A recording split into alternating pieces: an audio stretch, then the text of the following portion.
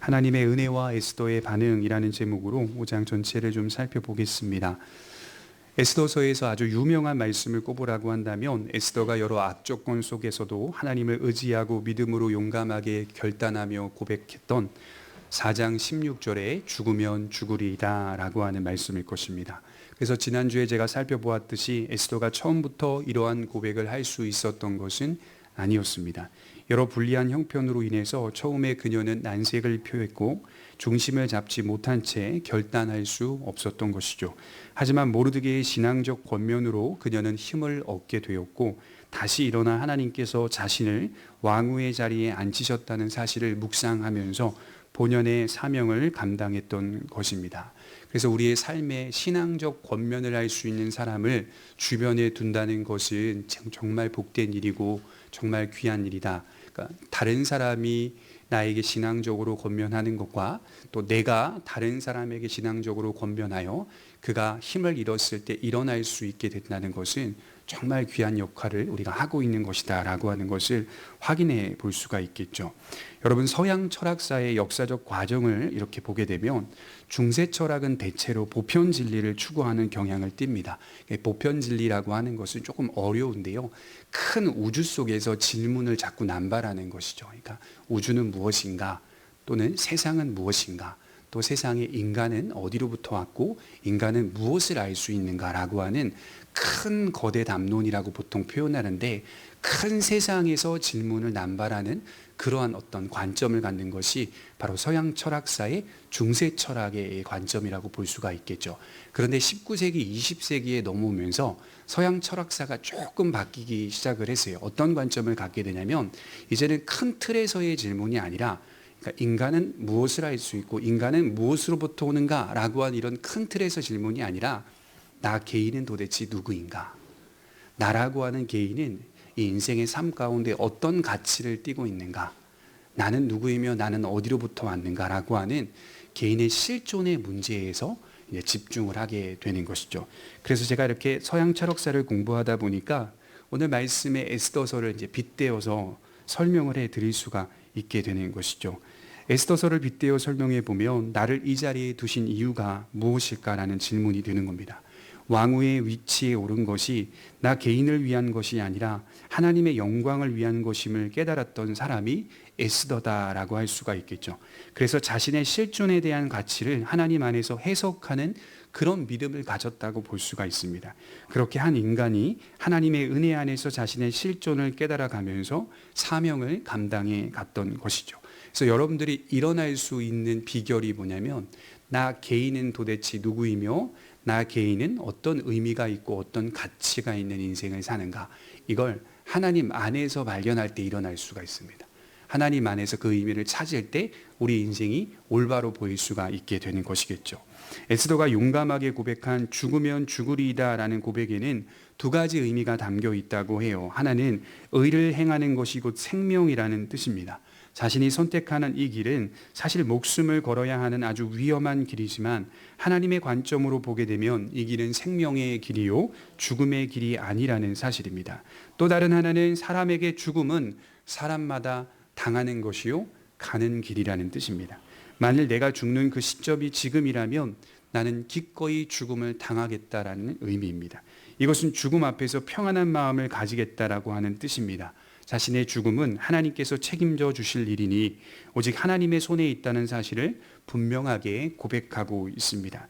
그럼에도 불구하고 에스더는 어떻습니까? 자신의 연약함을 알기 때문에 모든 유다인들에게 금식하며 기도해 주기를 구하는 에스더의 부탁은 진실한 신앙이란 이처럼 연약한 것을 연약한 대로 인정하고 동시에 하나님을 의지하며 용기와 결단을 갖는 것이다 라고 말씀을 드리고 싶어요. 저와 여러분들이 오해하지 않았으면 좋겠습니다. 믿음의 담대함이라고 하는 것은 무서워하지 않거나 두려워하지 않는 것이 아닙니다. 오히려 성경은 많은 본문에서 두려워하지 말라, 무서워하지 말라라고 명령합니다.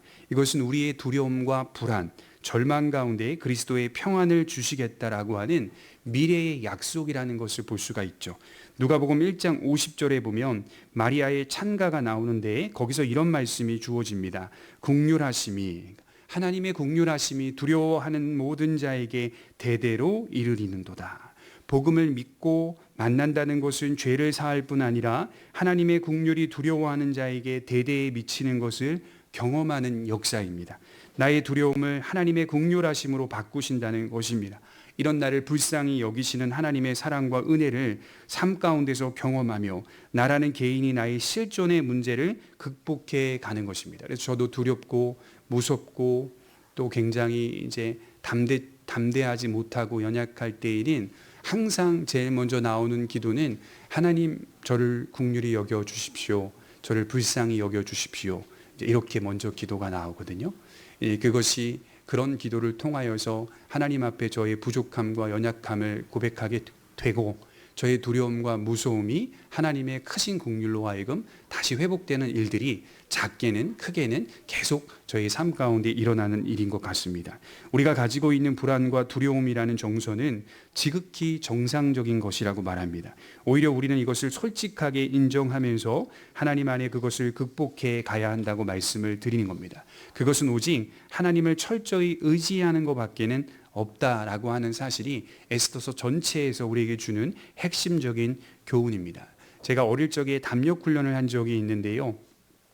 산속에 폐가가 있었고 또 폐화장실이 있었는데 이 곳곳마다 트랩들을 설치해서 학생들이 통과해야 했던 그런 일이었습니다. 이제 선배님들이 또 우리 선생님들이 돼지머리를 갖다 놓기도 했고 빗자루 같은 것을 문 뒤에 숨겨 놓으면 문을 딱 열면 딱 떨어지게 만들기도 하고 화장실 천장에 선배들이 숨어 있기도 했고 그 당시에 제가 김포였으니까 통진면 마송리였으니까 다 산이었고요. 완전 시골이었습니다. 그때 정말 깜깜했을 때였거든요. 또 말하기를 몇 년 전에 그곳에 사람의 시신이 나왔다는 이야기를 해주기도 했습니다. 그래서 차례대로 학생들이 나아갔어요. 무서워서 가지 못하는 학생도 있었고 어떤 학생은 뭐가 무섭냐고 말하면서 출발한 뒤에 다시 돌아오는 학생도 있었습니다. 저는 끝까지 크게 놀라지 않았고 잘 마쳤습니다. 통과했죠. 그리고 돌아와서 그렇게 많이 무섭지 않다라고 다른 친구들에게 이야기해 줬습니다. 저처럼 끝까지 잘 마친 학생들이 여러 명 있었습니다. 돌아와서 하나같이 말하기를 하나도 안 무서웠다라고 말하는 겁니다. 여러분 그런데 그날 밤 숙소에서 자는데요. 다들 솔직해지는 시간을 가졌어요. 통과한 학생이든 통과하지 못한 학생이든 하나같이 말하기를 되게 무서웠다. 저도 동일하게 되게 무서웠다. 그러니까 안 무서웠다고 말하는 사람이 없었던 겁니다. 모든 순간순간마다 지나갈 때마다 무서웠다. 그런 생각이 들었어요. 인생이 무섭지 않은 사람이 어디 있습니까? 이런 인생을 살아간다는 것은 어린 시절 제가 경험한 담력 훈련하고는 비교할 수 없을 만큼 두렵고 무서운 것이 인생입니다. 그중에 어떤 사람들은 무섭지 않고 두렵지 않다라고 말합니다만 그렇게 말하는 분들의 마음속에도 여전히 불안과 두려움과 무서움이 작용하고 있더라고요. 그것을 스스로 인정하기 싫어서 동시에 그렇게 인정하는 자신이 더 약해질까 봐 일부러라도 나는 무섭지 않다, 나는 두렵지 않다라고 이야기하는 것을 보았습니다. 야곱이 고향 땅을 떠나 외삼촌 라반의 집을 향해 갈 때 그는 브에르세바에서 하란으로 가던 중에 하나님을 만나게 됩니다. 우리가 잘 아는 이야기죠. 돌을 베개 삼아서 잠에 들게 되고 그로 하여금 하나님께서 꿈에 야곱을 만나 주시고 야곱이 하나님께 서원 기도를 드리는 장면입니다. 거기서 그는 하나님을 향하여 서원하며 이렇게 기도하고 있어요. 창세기 28장 20절에 야곱이 서원하여 이르되 하나님이 나와 함께 계셔서 내가 가는 이 길에서 나를 지키고 먹을 떡과 입을 옷을 주시어 내가 평안히 아버지 집으로 돌아가게 하시오면 여호와께서 나의 하나님이 되실 것이고 내가 기둥으로 세운 이 돌이 하나님의 집이 될 것이며 하나님께서 내게 주신 모든 것에서 10분의 1을 내가 반드시 하나님께 드리겠나이다. 여러분 이 기도를 묵상해 보면요 결코 담대한 믿음으로 한 기도가 아닙니다. 담대한 마음으로 하나님께 기도했던 믿음의 기도가 아닙니다. 막막한 인생 앞에서 앞으로 무엇을 먹고 살며 어떻게 살아야 할지에 대한 막막한 심정을 보여주고 있는 기도가 야곱의 기도입니다. 불확실한 인생 앞에서 그는 이렇게라도 하나님께 기도하며 하나님을 향한 믿음의 끈을 놓지 않았던 것입니다. 여기 모인 우리 모두는 야곱과 같은 인생을 살고 있어요. 무섭지 않다, 두렵지 않다, 힘들지 않다고 하는 것은 자신이 사실은 인격이 아니라 기계적인 존재라고 하는 것을 증명할 뿐입니다. 인격체는 이런 현실 속에 생각하게 되고 고민하게 되며 갈등하게 되는 것이 맞습니다. 그런 우리의 인격 속에서 하나님을 만나고 하나님을 의지하며 사는 것이 맞습니다. 지금 에스더는 우리에게 진실한 신앙인의 모습을 보여주고 있어요. 연약성을 있는 그대로 인정하고 나를 위해 3일 동안 금식하며 기도를 부탁한다. 연약함을 있는 그대로 인정하고 동시에 이런 연약성 속에도 성도는 성도의 길을 걸어간다는 사실을 밝히고 있습니다. 결국 물러서지 않고 믿음의 길을 택하게 되고 믿음으로 사는 자의 모습을 발견할 수 있다는 것입니다. 이제 오늘 4장이 시작되면서 성경은 이렇게 문을 열고 있어요. 4장 1절에 보면 제3일에 에스더가 이렇게 기록을 하고 있어요. 많은 성경학자들은 이 단어가 소망을 내포하는 단어라고 말하고 있어요. 이제 하나님께서 소망의 문을 여실 것임을 암시하고 있는 단어라고 합니다. 어떤 학자는 제3일에 예수님께서 부활하신 사건을 빗대어 이 단어를 해석하기도 합니다. 예수님께서도 제3일에 살아나셨듯이 죽음의 길을 택했으나 그 길은 부활이요 생명이었다는 사실을 나타내 준다는 것입니다. 그러므로 승리의 문이 열리기 시작했다는 사실을 말해주고 있어요. 제3일에 에스더는 3일 동안 무엇을 하였습니까? 금식하였습니다. 그녀는 하나님의 은총을 구하는 시간을 3일 동안 가졌다라고 기록하고 있어요. 그녀뿐 아니라 모든 유다인들은 금식하며 기도하였습니다. 3일은 유다인들에게 하나님을 철저히 의지하는 시간이었다라고 말씀을 하고 있어요. 금식이 끝나고 에스더는 상복을 벗고 왕후의 예복을 입고 거침없이 왕궁 안뜰로 나아갑니다. 다시 1절과 2절을 보실까요?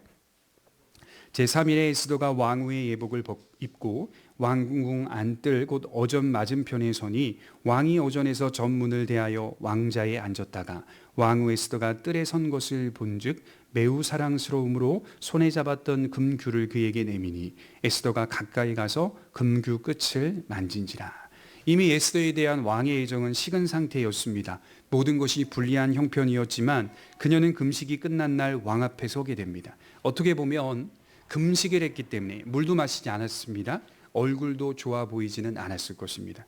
하지만 그녀의 모습을 본 아하수에로는 2절에 매우 사랑스러움으로 손에 잡았던 금지팡이를 내밀어 줍니다. 그리고 금지팡이의 끝을 에스더가 잡습니다. 그러니까 호의를 베풀었다, 은혜를 베풀었다라는 뜻입니다. 이것은 에스더가 왕에게 은혜를 입었다는 사실을 말해주고 있는 장면입니다. 원문을 직역해 보면 이렇게 써 있더라고요. 그녀가 그의 눈에 은혜를 입었으므로 이렇게 기록되어 있어요. 그녀가 그의 눈에 은혜를 입었으므로. 여러분, 처음부터 에스더는 어떤 여성이었을까요?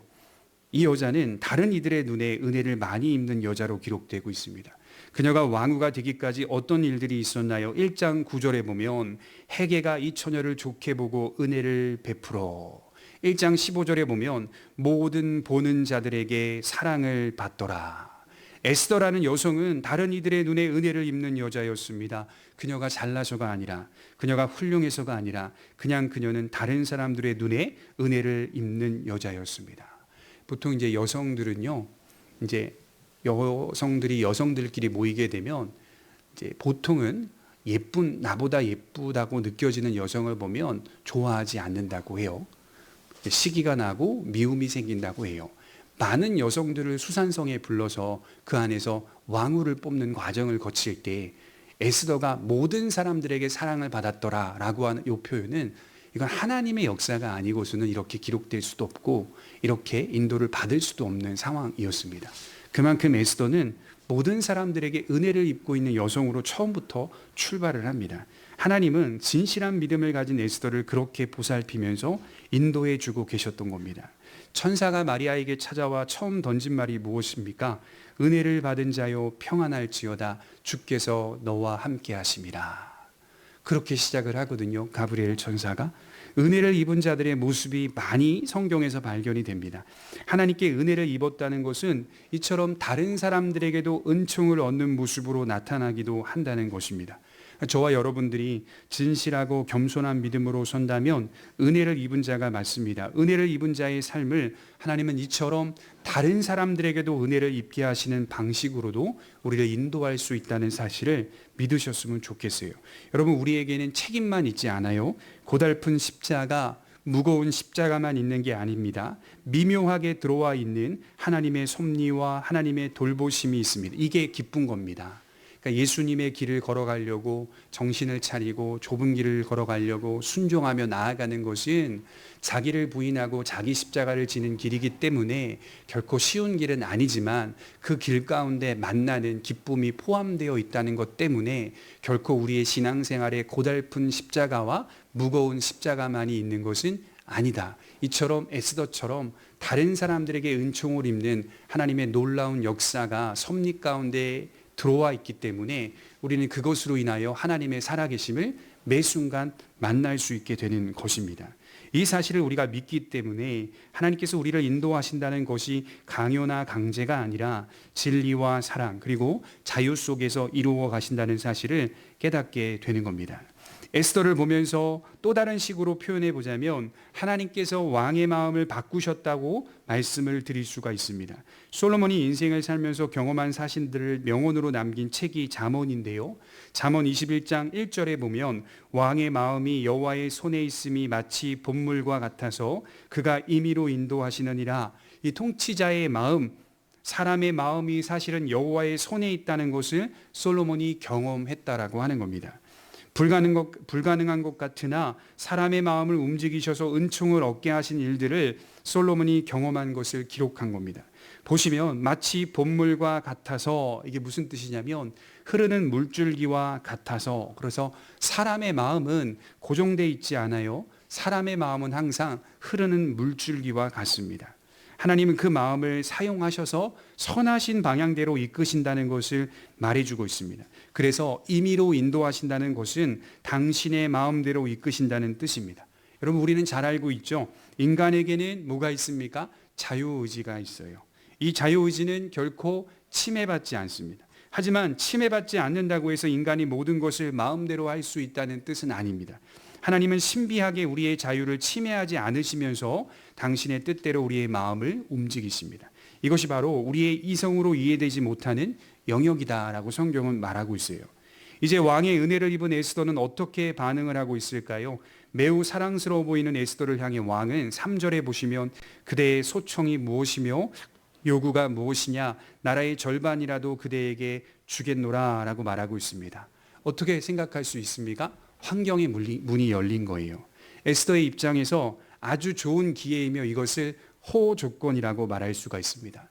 그러나 에스더는 이상하게도 소원을 바로 이야기하지 않아요. 오히려 왕과 하만을 위하여 계속해서 잔치를 베풀고 있습니다. 왕의 호기심만을 계속하여 자극하고 있고 대적 하만을 가까이에서 살펴보고 있습니다.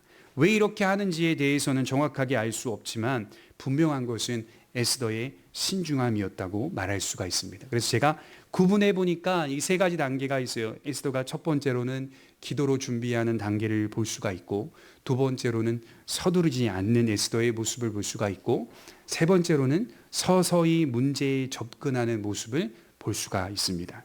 그녀를 사랑하여 마음을 활짝 열어서 뭐라고 표현하죠? 왕이 나라의 절반이라도 주겠다, 이렇게 약속하는 왕 앞에서 흥분하거나 들뜨지 않고 차분히 이 일들을 진행해 가고 있었던 겁니다. 그래서 자세히 읽어보면 계속해서 주도권이 에스더에게 있는 것처럼 그려내고 있어요.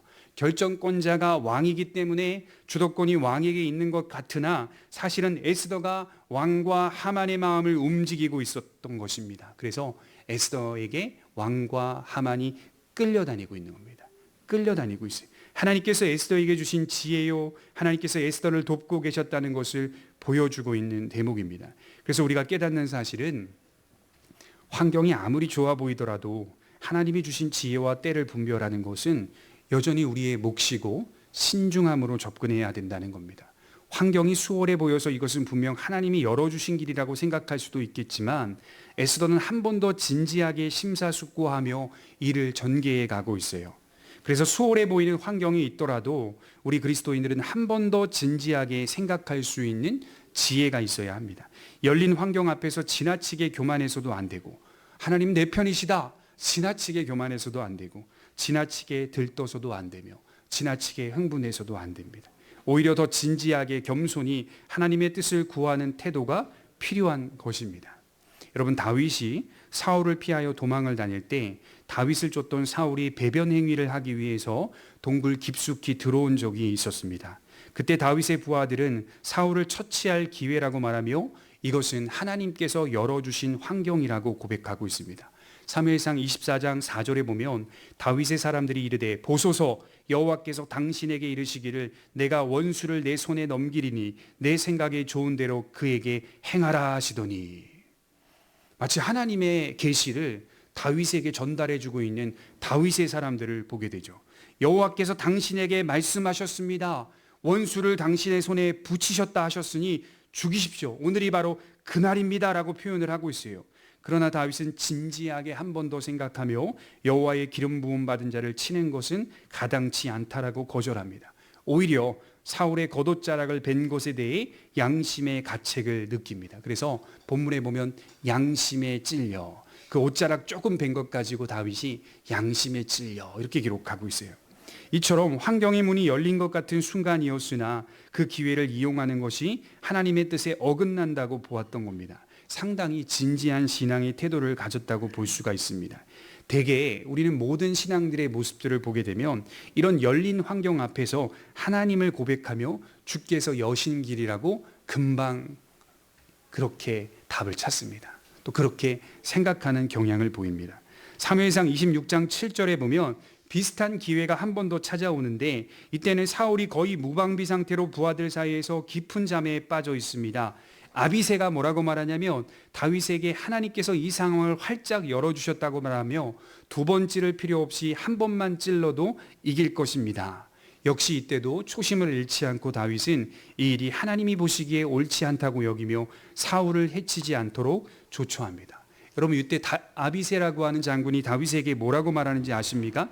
이렇게 말해요. 아비새가 다윗에게 이르되 하나님이 오늘 당신의 원수를 당신의 손에 넘기셨나이다. 하나님께서 그렇게 여셨습니다. 그렇게 말하자 다윗은 아니다라고 말하고 있어요. 하나님이 여신 환경이 아니다. 그리고 거절을 합니다. 다윗은 이 일이 하나님 보시기에 옳지 않다라고 분명하게 믿었어요. 활짝 열린 환경이라 해도 하나님의 뜻이 아닐 수 있다라고 하는 것을 분명히 보여주고 있습니다. 한 번 더 심사숙고하며 하나님의 뜻을 구했습니다. 여러분, 신약 성경에 보면 고린도후서 2장 12절에 보면 내가 그리스도의 복음을 위하여 드로아에 이르매 주 안에서 문이 내게 열렸으되 내가 내 형제 디도를 만나지 못하므로 내 심령이 편하지 못하여 그들을 작별하고 마게도냐로 갔노라. 비슷한 사건이 나오죠. 바울이 드로아에 갔을 때 하나님의 섭리 가운데 환경의 문, 주 안에서 문이 내게 열렸으되 이렇게 고백하고 있어요. 복음의 문이 열렸다. 그런데도 바울은 드로아에 머물면서 그 문이 제공하는 기회를 마음껏 활용하는 식으로 반응하지 않았습니다. 그 이유는 디도를 만나지 못했기 때문이에요. 고린도 교회의 형편을 알려줄 디도를 만나는 것이 바울에게는 더 가까운 하나님의 뜻이었다라고 말하며 거절하고 있는 대목을 볼 수가 있습니다. 바울 역시 환경의 문이 열렸다고 해서 쉽게 반응하지 않고 흥분하지 않았습니다. 그러니까 믿음이 있는 자들은 환경의 문이 열렸다고 해서 쉽게 흥분하거나 쉽게 결정하지 말아야 합니다. 더욱 겸손히 하나님을 바라보며 진지하게 계획하고 고민하며 진행해 가는 것이 성도의 모습입니다. 흥분을 가라앉히고 하나님을 의지하고 또 분별하며 그리고 선택하는 것이 성도의 모습입니다. 제가 이렇게 성도님들을 만나보면 이제 연세가 지긋이 드신 분들을 만나서 대화를 해보면 어떤 사람은 자신이 만난 하나님, 즉 20년 전에 또는 30년 전에 경험했던 어떤 하나님에 대한 신앙의 체험을 기독교 신앙이 전부라고 생각하고 만나는 사람마다 대화할 때 20년 전에 30년 전에 만났던 그 하나님을 자꾸 꺼내서 자신이 경험했던 그 하나님에 대한 이야기를 수도 없이 반복해서 꺼내놓는 성도들이 있습니다. 그에게 기독교 신앙은 하나님의 말씀이 아니라 20, 30년 전에 경험했던 그 드라마틱한 기적이나 표적과 같은 것으로만 점철이 되어 있습니다. 여러분 꼭 기억하십시오. 우리가 하나님을 만났던 신앙의 경험과 체험은 복음은 아닙니다. 그건 복음이 아닙니다. 그것으로 구원받지 않습니다. 복음이 아니라 복음은 우리가 말씀 안에 들어와서 말씀을 깊이 상고하면서 신앙으로 자라가는 것이 복음입니다. 그런 사건들은 우리를 복음으로 인도하기 위해 토대가 되는 한편의 하나님의 연출된 사건이라고 볼 수가 있죠. 그런데 그곳에만 매여서 머물러서 그렇게만 신앙을 고백하고 표현하는 성도들을 볼 때면 안타까울 때가 많이 있습니다. 하나님이 나를 그렇게 만나주신 사건은 중요하고 소중한 사건입니다. 그러나 오늘의 내가 그 경험을 토대로 하여 하나님의 말씀 안에서 잘 성장하고 있는지를 점검하는 게 더 중요합니다. 제가 하나님을 향해 뜨겁게 열정적일 때는, 청년 시절에 20대에서 30대 사이에 열정적일 때는 제가 생각해 보니까 예배의 횟수도 많았고요, 기도하는 시간도 많았고요, 전도하는 횟수도 많았고요, 이렇게 우리가 누가 봐도 하나님께 하나님의 일이다라고 말할 수 있는 그런 장소와 시간 속에 있었던 삶이 굉장히 많았습니다. 근데 제가 단언하건대 다시 그 삶으로 돌아가고 싶지는 않습니다.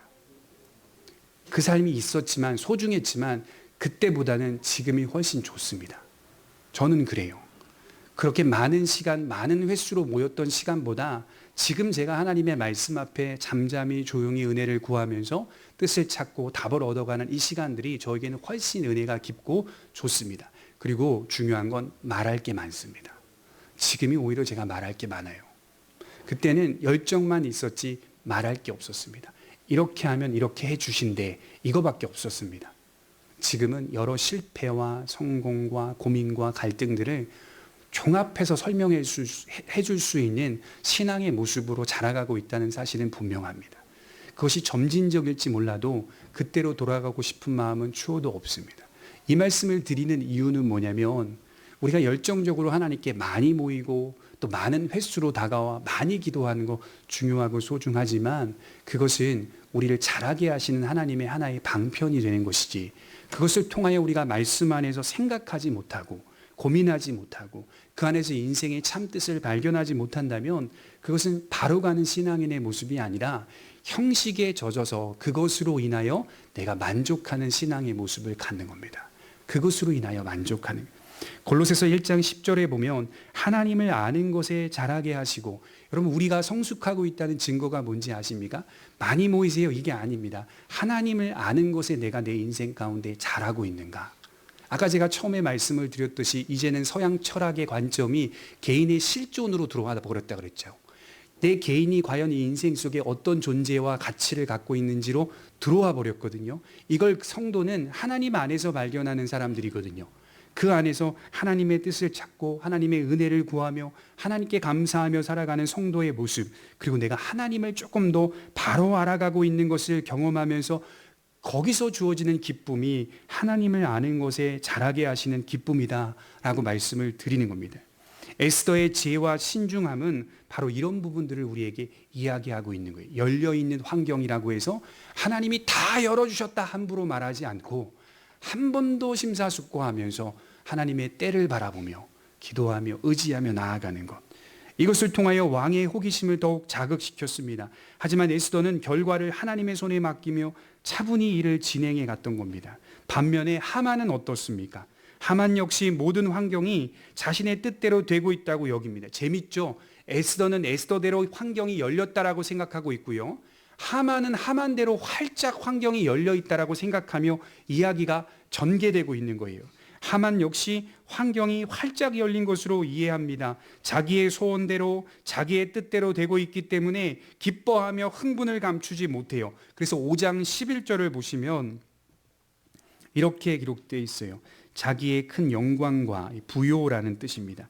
자녀가 많은 것과 왕이 자기를 들어 왕의 모든 지방관이나 신하들보다 높인 것을 다 말하고, 또 하만이 이르되 왕후 에스더가 그 베푼 잔치에 왕과 함께 오기를 허락받은 자는 나밖에 없었고 내일도 왕과 함께 청함을 받았느니라.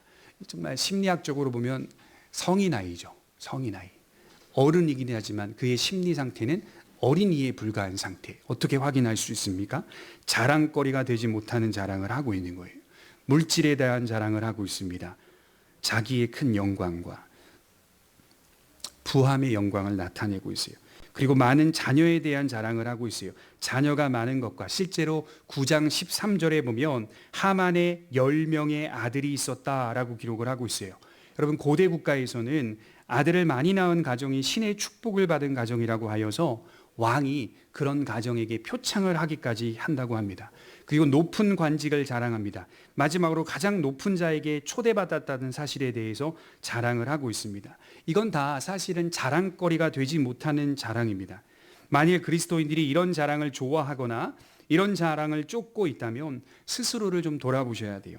하만하고 크게 다를 바가 없는 겁니다. 그리스도인들에게 있는 자랑은 오직 하나여야 합니다. 주님을 아는 자랑이어야 되죠.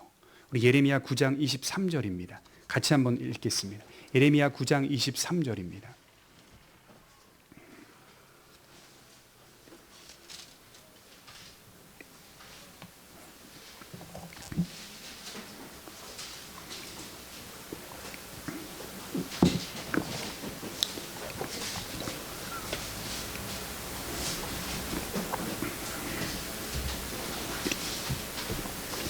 예레미야 9장 23절에서 24절 같이 한번 읽겠습니다. 시작. 여호와께서 이와 같이 말씀하시되 지혜로운 자는 그의 지혜를 자랑하지 말라. 용사는 그의 용맹을 자랑하지 말라. 부자는 그의 부함을 자랑하지 말라. 자랑하는 자는 이것으로 자랑할지니 곧 명철하여 나를 아는 것과 나 여호와는 사랑과 정의와 공의를 땅에 행하는 자인 줄을 깨닫는 것이라. 나는 이 일을 기뻐하노라. 여호와의 말씀이니라. 하나님을 아는 지식에 자라가는 것, 이게 우리가 자랑해야 하는 것이죠. 하나님은 어떤 분이신가? 여호와께서는 사랑과 정의와 공의를 이 땅에 행하시는 분이다라고 하는 것을 여러 방편으로 여러분들의 신앙생활 속에 많이 알아가셨으면 좋겠습니다. 이게 여러분들에게 자랑이 되셨으면 좋겠어요. 주님을 아는 지식을 자랑해야 맞습니다.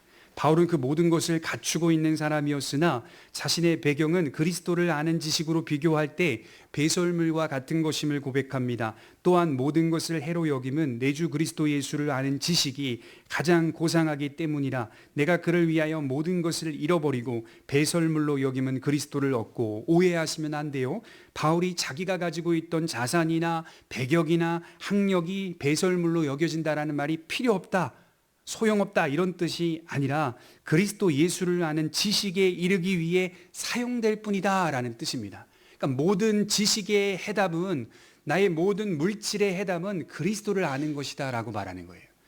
우리가 필요 없는 게 아니에요. 우리가 가진 것은 다 필요해요. 그러나 그것이 어디에 초점을 맞춰져 있어야 하냐면 그리스도를 아는 지식에, 그것이 가장 고상한 지식임을 알기 때문에 인생 속에 그것을 확인하며 발견할 때 그것이 축복된 것임을 깨닫는 것입니다. 그래서 내가 얻고자 하는 것은 결국에는 그리스도다라고 말을 하고 있습니다. 여러분, 하만은 어떤 자입니까? 보이는 것, 잡히는 것만을 위하여 사는 자입니다. 그리고 그것으로만 가장 기뻐하는 사람입니다. 그게 이 사람을 소개하는 전부예요. 교만하고 오만한 사람입니다. 호조권의 환경 앞에서 흥분하며 다른 것을 전혀 생각하지도 못하고 생각할 겨를도 없는 사람, 이런 악인의 특징은 자신을 기쁘게 하는 일에 열심이고 조급합니다. 그래서 마지막 14절에 보시면 그의 아내 세레스와 모든 친구들이 이르되 높이가 50규빗 되는 나무를 세우고 내일 왕에게 모르드게를 그 나무에 매달기를 구하고 왕과 함께 즐거이 잔치에 가소서 하니 하만이 그 말을 좋게 여기고 명령하여 나무를 세우니라. 모든 사람이 나밖에 없다, 나밖에 없다라고 칭송하고 있는 시점에 모르드게는 궁궐문 앞에서 움직이지도 않아요. 인사하지도 않고 절하지도 않아요. 그게 그렇게 만족이 되지 못하는 하만 앞에 하만의 아내인 세레스가 조용히 의견을 진술합니다. 큰 나무를 달아서요, 모르드게를 그 나무에 달아버려라. 친구들도 역시 동일하게 의견을 냅니다. 큰 나무를 달아서 세워서 모르드게를 거기다가 매달아 버려라. 그 나무의 높이가 얼마가 된다고 합니까? 50규빗, 25m입니다. 아파트 8층입니다. 엄청나게 높은 나무를 다니, 말뚝을 박아서요, 지지를 해가지고요, 엄청난 높이의 나무를 대는 거. 학자들이 뭐라고 말하냐면 수산성에서 그 나무에 달린 사람은 누구나 볼 수 있는 높이였다고 합니다. 그렇게 높은 자기 과시용 나무 아닙니까? 시신을 매달아 놓는 것, 자기 과시용. 이것은 하만의 교만의 크기를 나타내주고 있는 대목입니다. 그가 얼마나 교만한 자인지를 분명하게 드러내주고 있는 대목입니다. 에스더는 열린 환경이라 하여도 믿음으로 진지하게 숙고하면서 차분히 지혜를 가지고 일을 진행해 가고 있고, 동일하게 하만은 열린 환경에 지나치게 흥분하며 즐거워하고 기뻐하면서 자신의 만족을 위해 정신없이 길을 행하는 모습을 보게 되는 겁니다. 이처럼 의인의 길과 악인의 길은 본질상 다른 것입니다. 욥기 20장 5절에 보면 악인이 이긴다는 자랑도 잠시요 경건하지 못한 자의 즐거움도 잠깐이니라. 그 존귀함이 하늘에 닿고 그 머리가 구름에 미칠지라도 자기의 똥처럼 영원히 망할 것이라. 그를 본 자가 이르기를 그가 어디 있느냐 하리라. 순식간에 악인이 이 인생의 역사 속에 사라지게 될 것이다. 욥이 그렇게, 소발이 그렇게 고백을 하고 있어요. 하나님 없는 자랑은 잠시입니다. 그리고 그 자랑은 자기의 똥처럼 영원히 망하는 자랑입니다. 그리고 그의 존재는 사라지게 됩니다. 그는 꿈같이 지나갈 겁니다. 그러나 많은 사람을 옳은 대로 돌아오게 하는 자는 별과 같이 영원토록 비칠 것입니다. 우리가 이러한 믿음의 말씀과 약속을 붙잡고 별과 같이 영원토록 비치는 인생을 사시기를 바랍니다. 기도하겠습니다.